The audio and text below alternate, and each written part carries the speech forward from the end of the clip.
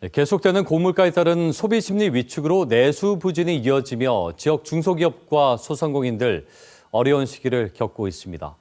소비를 촉진해 지역 경제에 활력을 불어넣을 국내 최대 규모의 행사가 부산에서 시작됐습니다. 보도에 황형규 기자입니다.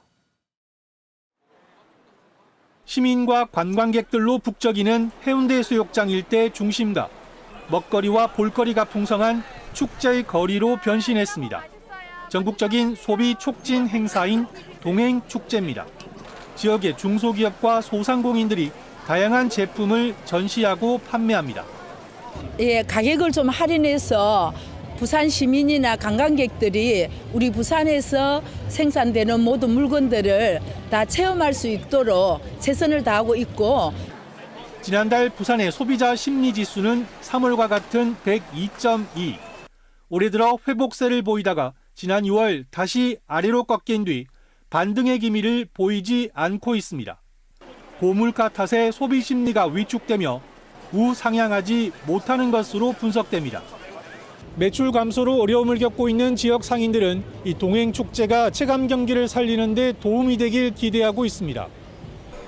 축제를 준비한 중소벤처기업부도 내수 진작을 통한 지역 경제 활성화에 주력합니다. 전국 약 4만 개의 소상공인 가게에서 제휴카드로 할인 혜택을 받을 수 있고 농수산물은 할인전도 엽니다. 우리 중소기업 소상공인의 좋은 물품들을 손쉽게 싸게 또 행복하게 소비할 수 있는 그런 축제가 될 것입니다. 네. 지난해 동행축제에서 거둔 매출은 전국적으로 3조 9,900여억 원. 부산에서 시작해 한 달간 계속될 올해 축제는 추석이 있는 9월과 12월에도 열릴 예정입니다. KBS 뉴스 황현규입니다. 부산은 자영업의 도시라고 불릴 정도로 자영업 종사자가 많습니다. 하지만 폐업 신고 건수가 역대 최고치를 기록할 정도로 부산 자영업자들은 벼랑 끝에 내몰렸는데요. 부산시가 위기의 소상공인들을 돕기 위해 지원 대책을 내놨습니다. 보도에 이슬 기자입니다.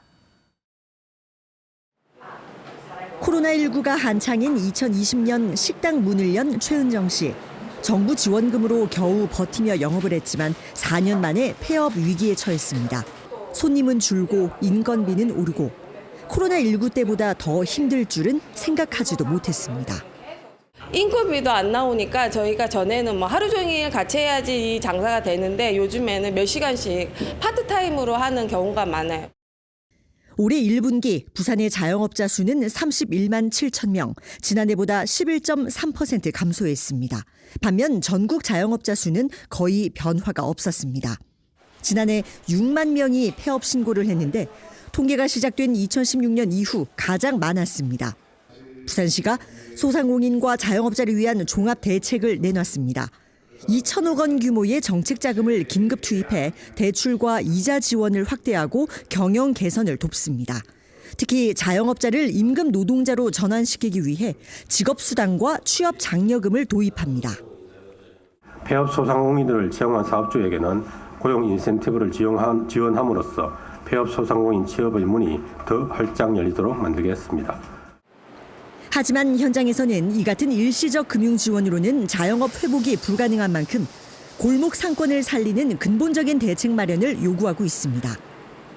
거기 받을 수 있는 그 소상공인은 지원 혜택은 5%에서 10% 채 안 될 거로 보이거든요. 지금 현재 안고 있는 대출 금액 자체가 높기 때문에 어떤 정책을 내도 사실은 배약이 묘하다 그렇게 봅니다.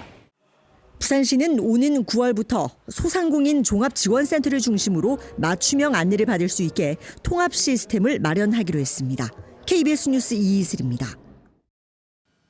다음 뉴스입니다. 자영업자와 소상공인 등 개인 사업자 대출 연체율이 크게 늘고 있습니다. 고물가, 고금리, 고환율의 내수 부진까지 길어지면서 대출금 갚기가 힘들어지고 있다는 분석입니다. 보도에 최재훈 기자입니다. 부산 서면에서 홀로 토스트 가게를 운영하는 박은하 씨. 지난해 하반기부터 눈에 띄게 손님이 줄어 요즘에는 본인 인건비 남기기도 힘겹습니다. 최근 배달 플랫폼 수수료와 배달료까지 올라 수익이 더 줄었습니다. 경기가 너무 안 좋아서 다니는 사람들도 없고 배달도 많이 줄었어요. 배달료가 너무 많이 올랐어요. 근데 지금 또 오른대요, 수수료가. 이 때문에 상권이 밀집한 대학가나 번화가에도 임대 안내문을 써붙인 빈 상가 찾기가 어렵지 않습니다. 상가 공실 지역이 물감 번지듯 점점 늘어나고 있습니다. 전통 상권이라고 하는 서면 1번가 공실이 좀 많이 있었는데 최근에는 2번가라고 하는 젊음의 거리 그쪽에도 공실이 좀 많이 생기고 있는 상태입니다. 이런 상황에서 자영업자와 소상공인 등 개인 사업자 대출 연체율도 급증하는 추세입니다. BNK 부산은행이 대출한 2022년 2분기 개인 사업자 연체율은 0.16%였지만 지난해 같은 기간 0.43%까지 늘었고 올해 2분기는 0.85%로 2년 전보다 5배 이상 증가했습니다. 고물가, 고금리, 고환율, 이른바 3고 현상으로 내수 부진이 장기화되면서 개인 사업자의 대출 상환 부담이 커져 연체율은 지속적으로 증가하고 있는 추세를 보이고 있습니다. 이처럼 연체율이 급증하자 금융권은 유동성 공급과 채무 재조정 실시 등 각종 지원책을 준비하고 있지만 실제 개인 사업자에게 큰 도움이 될진 미지수입니다. KBS 뉴스 최재원입니다. 부산 자영업 위기가 심각합니다. 원래 폐업한 음식점이 지난해보다 75%가 늘어난 2,000곳이 넘는데요. 이 때문에 번화가 상징 지역에도 상가가 텅텅 비고 있습니다. 강지아 기자가 현장 취재했습니다. 부산 번화가의 상징인 광복 중앙로 일대 하나 걸러 하나 상가가 비었습니다. 영업 중인 상가도 관광객을 대상으로 한 저가의 기념품 가게가 다수. 관광객이 빠지는 밤이 되면 썰렁합니다. 장사 안 되고 새는 비싸고 이러니까는 뭐 하러 들어오겠어. 이거 다 금빵이고 구두빵이고 아주 고급 이런 거 파는데 밤에 되면 사람 없죠. 동네 상권의 중심지였던 부산대 앞. 가장 목이 좋다는 정문 앞 사거리의 핵심 상가마저 비었습니다. 교문 바로 앞 소형 상가들은 문을 연 곳보다 닫은 곳이 더 많습니다. 코로나 때보다 더 심각합니다. 2022년 1분기 14%가량이던 남포동의 공실률은 올해 2분기 22%에 육박하고 있습니다. 부산대 상권은 더 심각해 공실률이 24% 가까이 올랐습니다. 고금리와 고물가 그리고 내수 부진 탓에 자영업이 부진한 게 가장 큰 원인입니다. 자영업 대표 업종인 음식점을 보면 코로나 때인 2022년 1,700여 곳이 문을 닫았습니다. 지난해 1,200여 곳으로 폐업이 줄어드는가 했지만 올해는 2,100여 곳이 문을 닫았습니다. 75%나 폭증했습니다. 하지만 임대료는 요지부동입니다. 임대인은 코로나가 끝났으니까 낮춰졌던 임대료를 다시 원상 회복하고 싶다. 이런 의견 차이 때문에 공실도 많고 또 특색 있는 소형 상권들이 부산 전역에 속속 생겨나는 것도 한 원인입니다. 소비 패턴 변화로 인해서 전리단길이라든지 해리단길 이러한 유사한 형태로 소규모이지만 특색을 갖고 있는 지하철역 주변의 상권으로 확대되고 있는 모습들이. 신흥 상권도 이른바 젠트리피케이션으로 인한 임대료 상승에다 내수 부진까지 겹치면 폐업으로 이어져 또 공실률을 높이는 악순환이 계속될 것으로 우려됩니다. KBS 뉴스 강지아입니다. 윤석열 대통령의 비상계엄 선포 사태 여파로 연말연초 특수도 실종된 모습입니다. 송년회 등 연말 회식을 자제하는 분위기가 확산하면서 소상공인들이 그야말로 직격탄을 맞고 있습니다. 보도에 김영록 기자입니다. 부산시청 주변의 한 식당.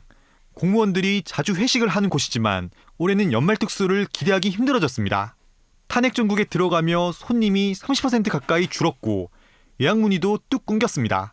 공무원 비율이 거의 한 80-90%, 70% 이상인데 요즘은 거의 한 50% 이하로 거의 떨어질 정도로 12월 달 되면은 이제 단체 예약 같은 거 이제 대목 장사를 할 준비를 해야 되는데 이제 올해 12월 달에는 거의 이제 예약 자체가 없다 보니까는 이 한식당은 평소 예약 고객으로 점심시간에도 식당이 가득 찼지만 지금은 곳곳이 비었고 계엄 사태 이후 예약을 취소하는 사례도 잇따랐습니다. 예약도 하시고 따로 단체도 들어오시고 하시는데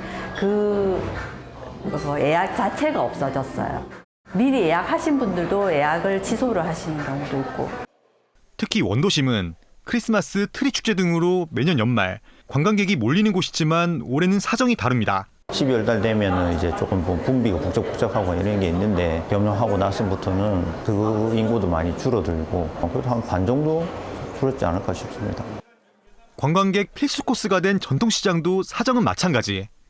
부산 상인은 전통시장을 둘러보고 지역 경제계 차원에서의 소상공인 지원 방안 등을 논의했습니다. 오늘 전통시장에서 직접 물품을 구입을 하였고 이러한 내용들을 회원 기업에게도 잘 알려 전통시장에서 기업 구매가 늘어날 수 있도록 지역 상공계는 상인들의 애로사항을 취합해 관계기관에 건의하고 지역 소비 촉진 방안을 적극 추진하기로 했습니다.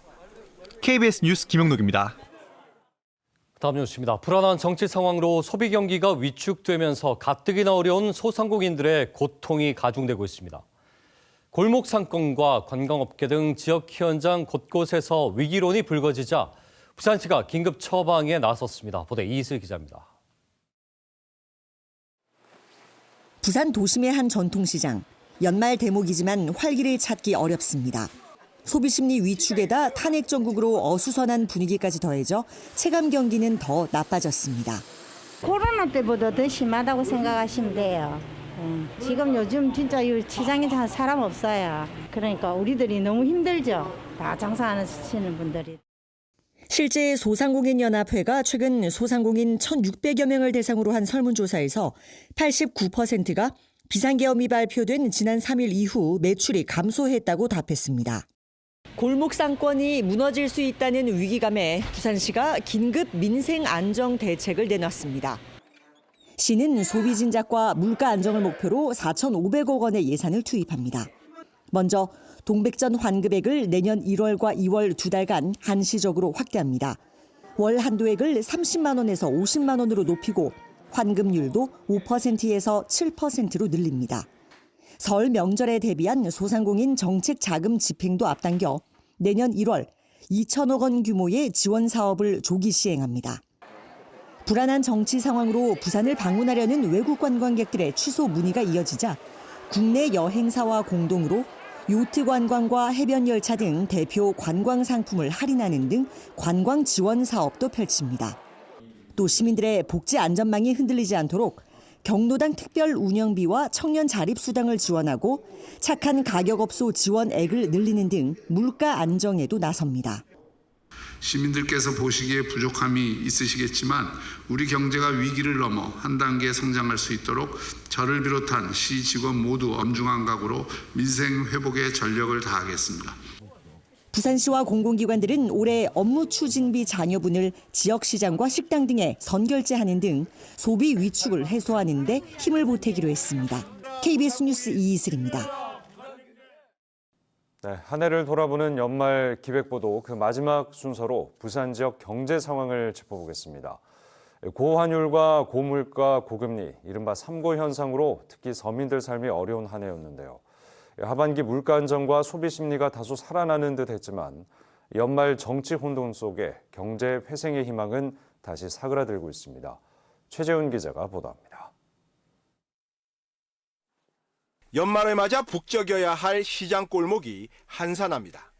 국제시장에서 50년 넘게 속옷 장사를 해온 최종락 씨. 올해 특히 심각한 내수 침체를 시장 현장에서 몸소 느꼈습니다. 아예 장사 안 되지. 장사를 한 50몇 년 했는데 이렇게 안 되는 해는 처음이거든. 우리뿐 안 되는 게 아니고 저희 시장이 다 그래.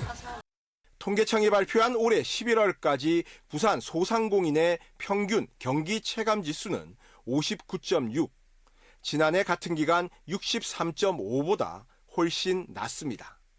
시장 곳곳에 임대를 내붙인 빈 상가를 쉽게 찾을 수 있습니다. 고물가, 고금리, 고환율로 인한 3고 현상이 내수 부진으로 이어지며 폐업도 증가했습니다.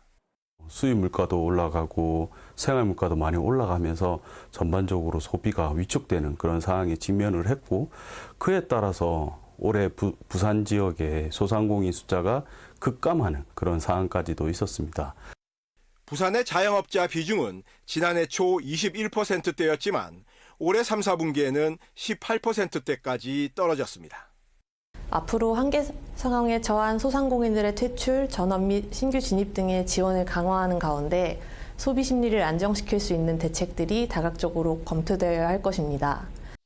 극심한 내수 부진 속에서도 자동차와 조선업 등 주력 업종을 중심으로 약진을 이어가며 제조업 생산 지수는 100을 상회했습니다. 하지만 이제 고금리와 이제 환율 변동성으로 인해서 기업이 이제 새로운 도약을 위한 이런 투자나 어떤 새로운 이런 시도를 하기에는 좀 여의치 않은 한 해였던 것으로 평가가 됩니다. 전문가들은 내년에는 실물 경제 안정과 더불어 서민 경제 활성화 등에 대한 정부의 적극적인 대책 마련이 시급하다고 지적합니다. KBS 뉴스 최재훈입니다.